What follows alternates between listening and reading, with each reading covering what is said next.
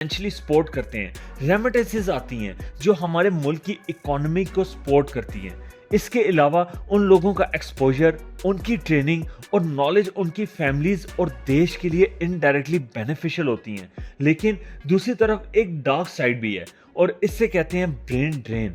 मतलब हमारी यूनिवर्सिटीज, हमारे पेरेंट्स और हमारे सिस्टम बेस्ट डॉक्टर्स, इंजीनियर्स और साइंटिस्ट बनाते हैं, लेकिन जब वो सब लोग H1B वीजा लेकर परमानेंटली यूएस से सेटल हो जाते हैं तो असल फायदा उनके स्किल्स का हमारे देश को नहीं बल्कि यूएस को होता है।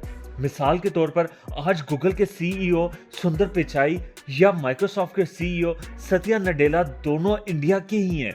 अगर ये लोग इंडिया में रहते और अपना टैलेंट वहां इन्वेस्ट करते तो शायद इंडिया की अपनी सिलिकॉन वैली होती। यहाँ एक और सोचने वाली बात है, हमारी गवर्नमेंट्स इस चीज पर कितना फोकस करती हैं।